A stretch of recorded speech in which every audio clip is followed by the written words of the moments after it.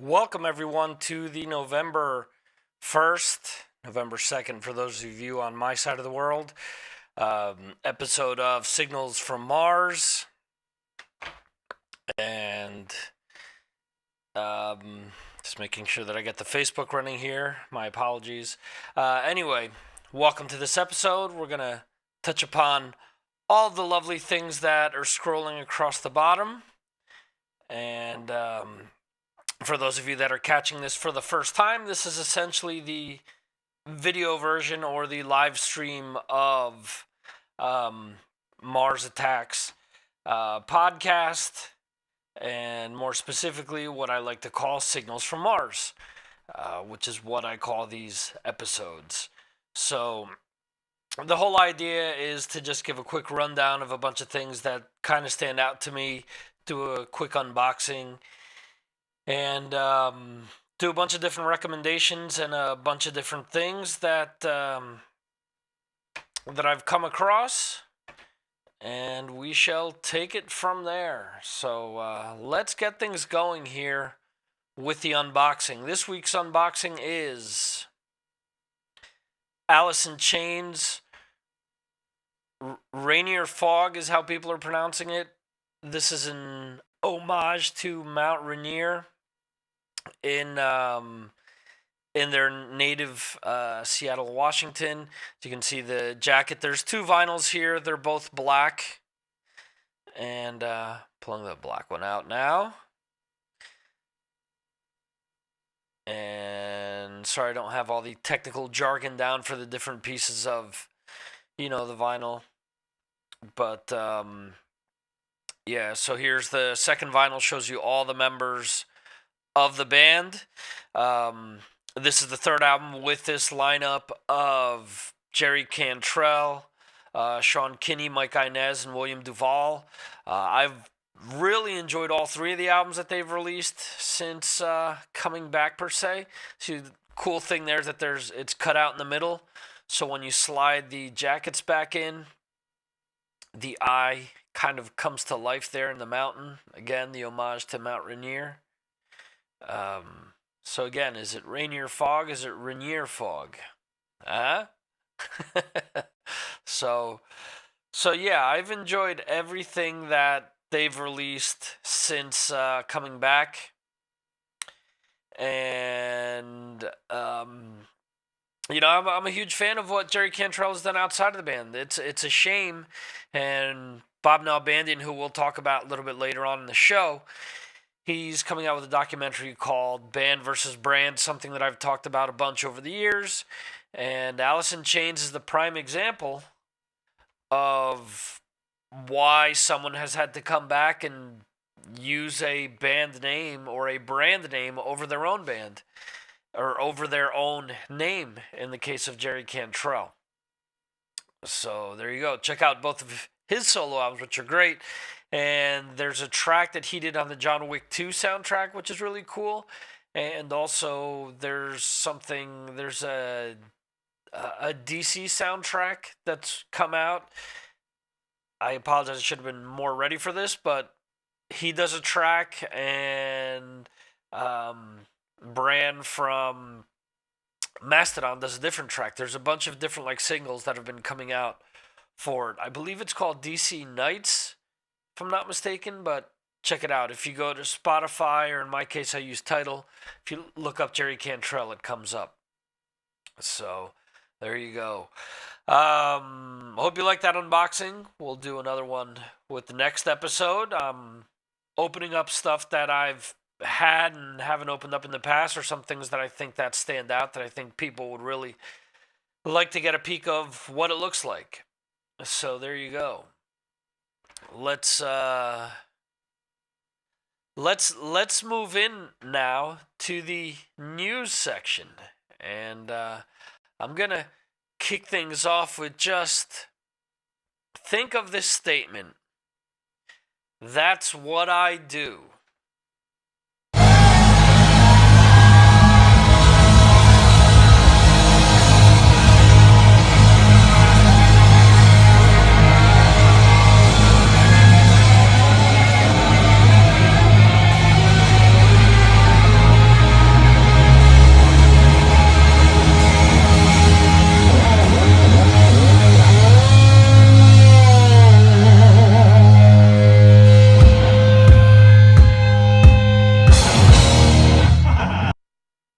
So that's a little Vinnie Vincent with 4 by Fate from um, the party before the Kiss Cruise, which is happening now. So this happened a few days ago, and it's the first time he's plugged in public that a lot of us have seen. And That's What I Do comes from this interview that Mark Striegel did with Vinnie Vincent a little while back. This is from Talking Metal episode 745.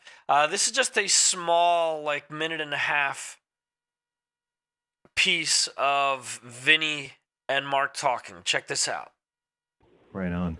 And then you mentioned that, of course, nowadays in the internet, there's so many comments whenever a video clip is posted or a blog post, and sure, you did some appearances with the acoustic guitar, but people I guess are wondering, does he still shred? I mean, you're playing on the Invasion records was that's just the one I insane. like. And I like that one. I just like that one. And what you're saying is you can still shred.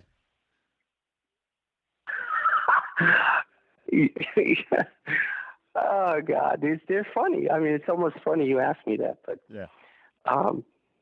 Is that a real question? Is that a real question that needs a real answer?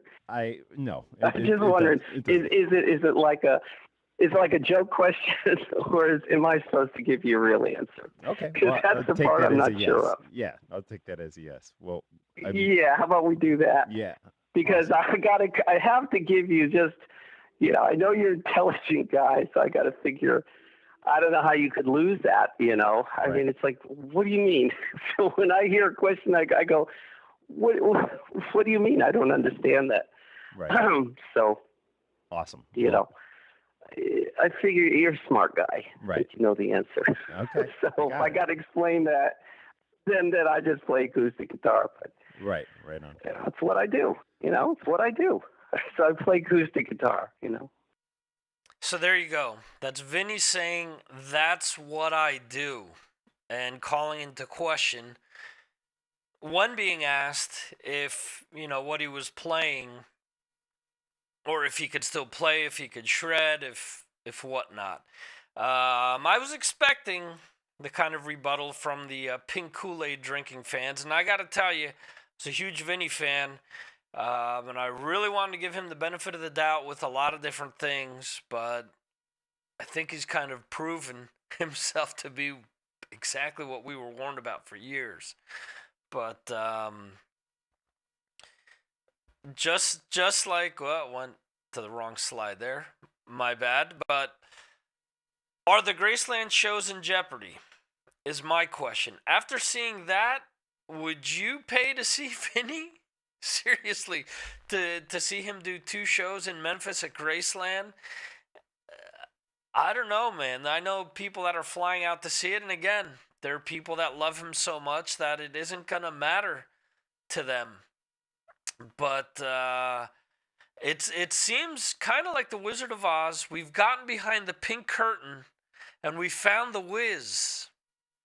And what I heard there isn't even remotely close to, what I expect for someone who plays for hours on end. Someone who's been in front of thousands of people in the past. Well, he was part of one of the biggest shows of all time at Maracanã Stadium in Brazil. He was part of that last makeup show with Kiss back in '82 before they took it all off. So no audience can be bigger than that. Not a lot of people can boast about playing in front of that amount of people. So let's be honest. What the fuck did we hear him play with 4 by Fate? He didn't solo. And the ending there that he did, that song, I could practically do that. So, come on. So, but as usual, this is what I expected from the Kool-Aid drinking bunch. So this person commented, definitely Vinnie is playing the mystery. It is not convenient for him to show all of his arsenal now. It's a simple sales strategy. Wrong. He is not stupid. Yesterday he just played rhythm, and even made a dive bomb and the famous attack on the whammy bar. At this point, Vinnie has nothing to prove to us, but he will undoubtedly blow our heads in Graceland and write a new chapter with the return of the invasion. Regards from Argentina. Beludo, get this straight. Maybe you want him to blow your head. I don't know. But I'm just looking for him to play great, like I knew, from the albums and whatnot. But again, I think we've gotten behind the curtain there, and we've seen what it was all about. Listen, if he would have done what we've known him to do, Speedball Jam Vinny, and would have gone off there for like 40 seconds to a minute, which probably, in the old days would have meant 6 minutes of soloing, people would have been, Vinny's back, take my money, I want to see him. This bullshit that he's holding out, this only feeds the fire that ain't shit going on.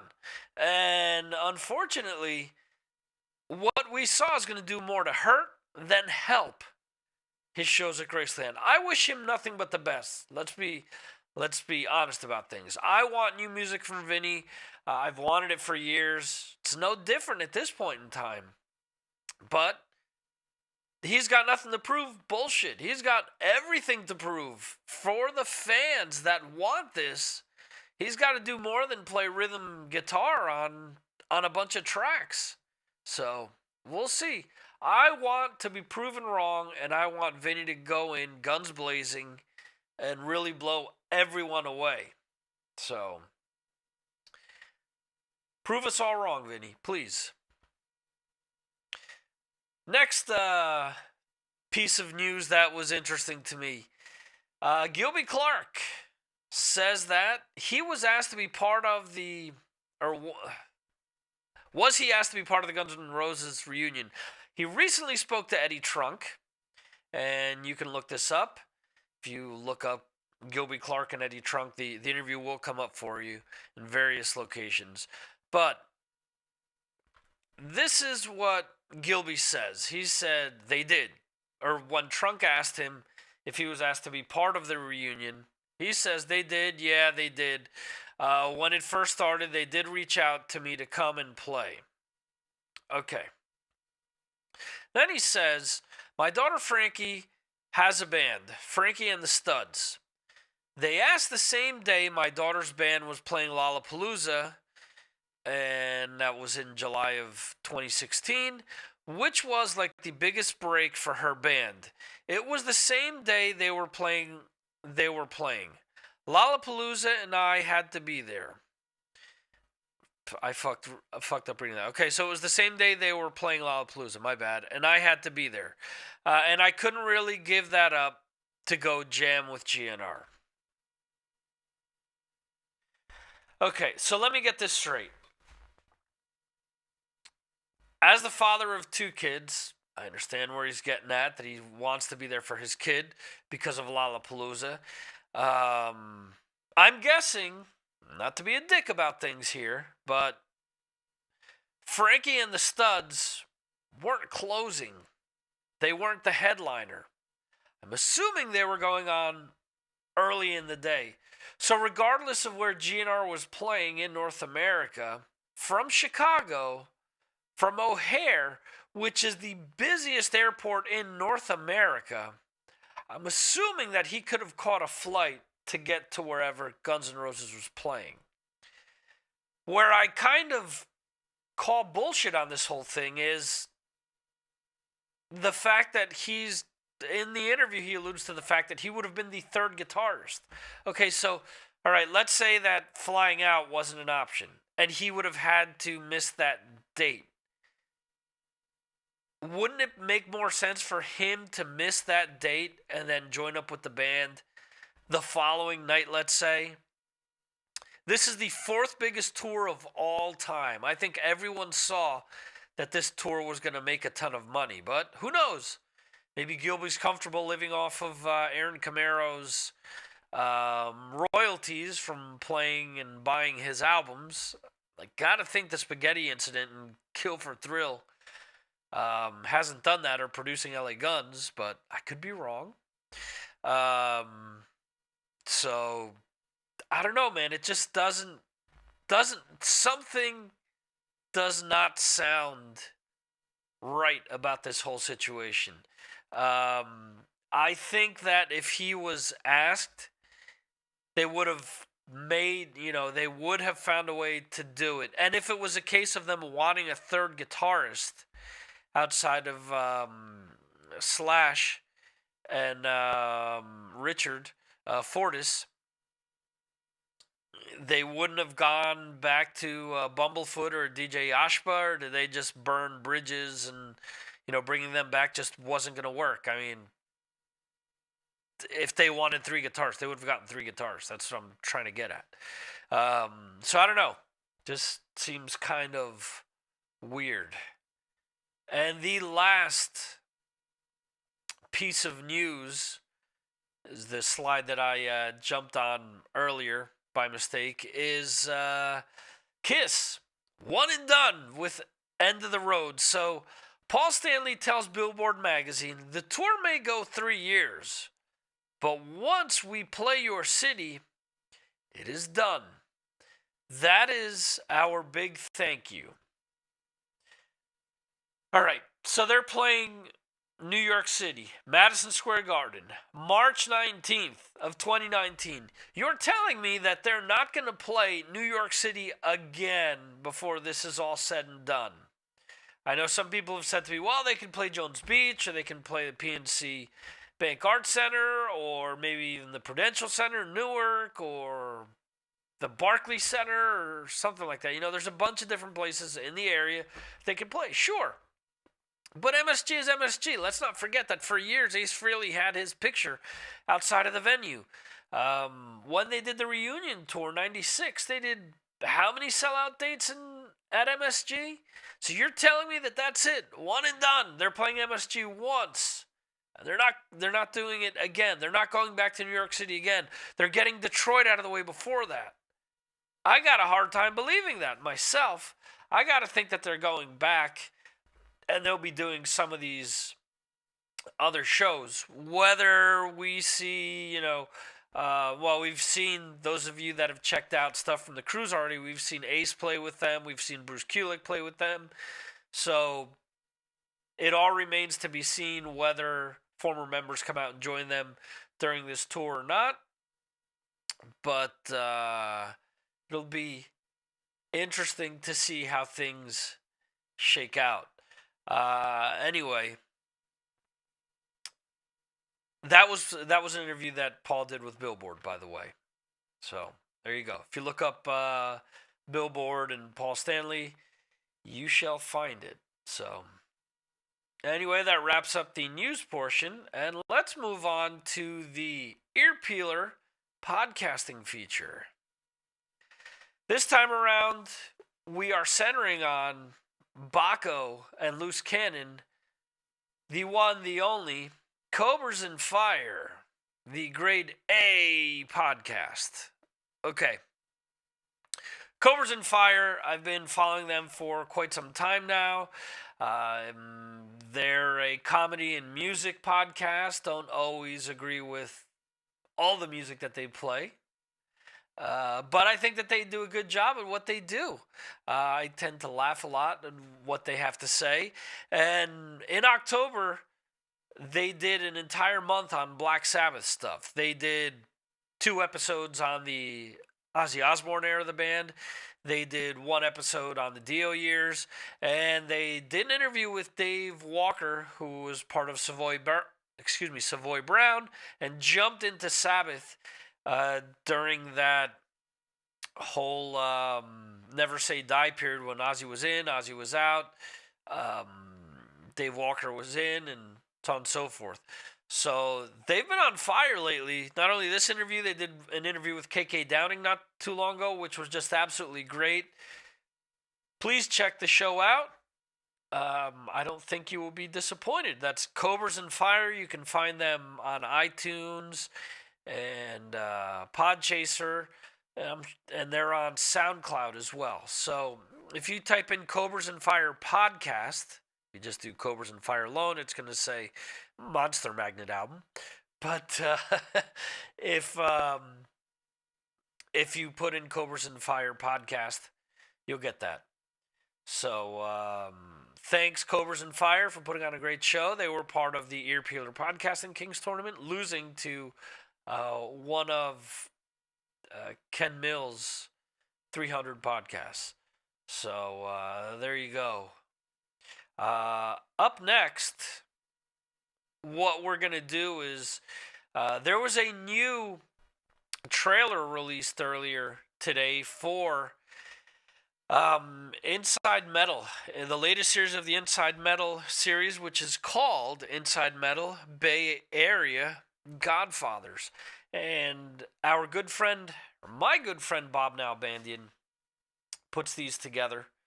And this trailer just looks amazing. Let's take a look at it right now, and we'll chat about it afterwards.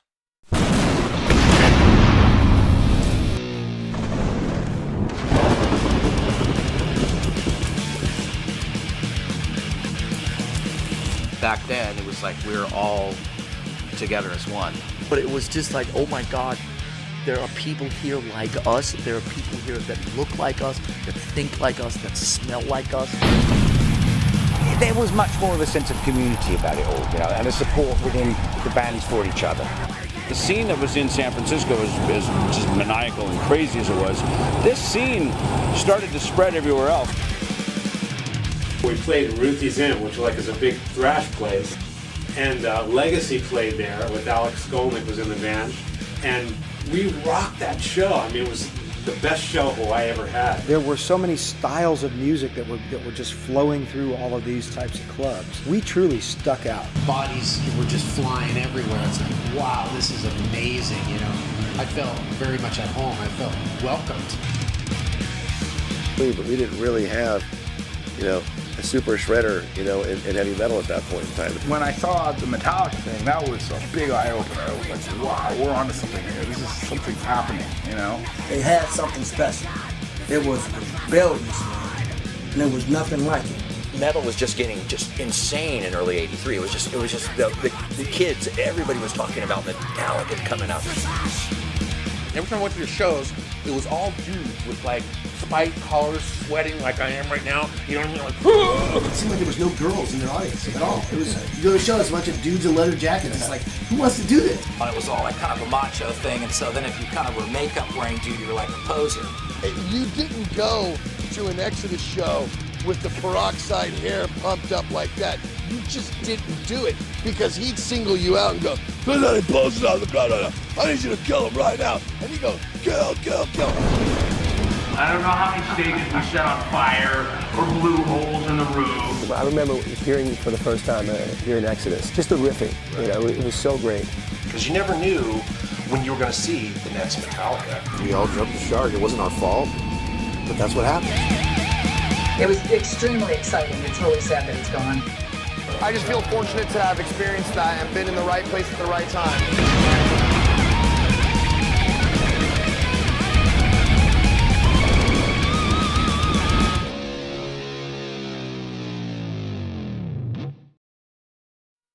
All right, how cool was that?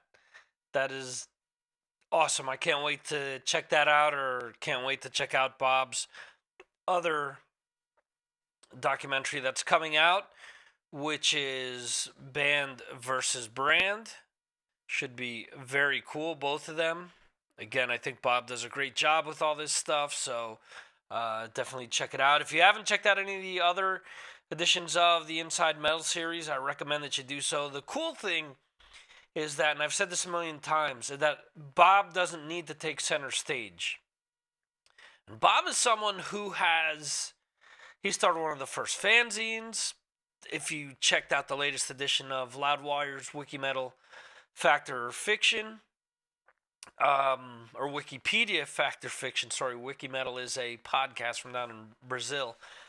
But Marty Friedman says that Bob Nalbandian is the one that let him know that Megadeth was looking for someone And he essentially, if it wasn't for Bob, Marty would have never been in Megadeth.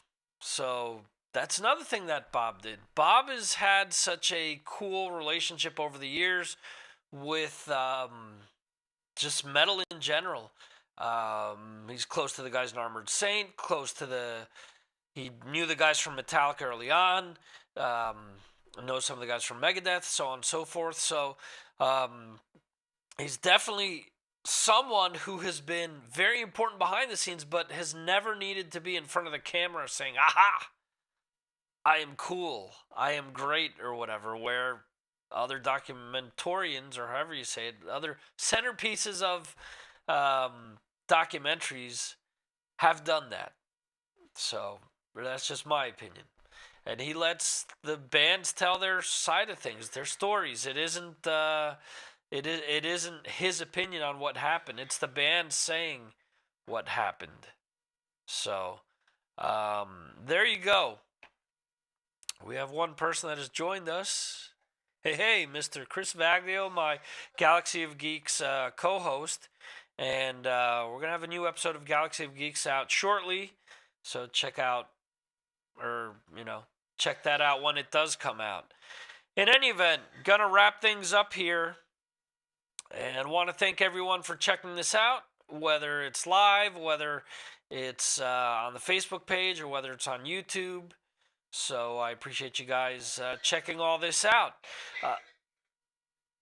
We'll catch you next time right here on Signals from Mars. See ya.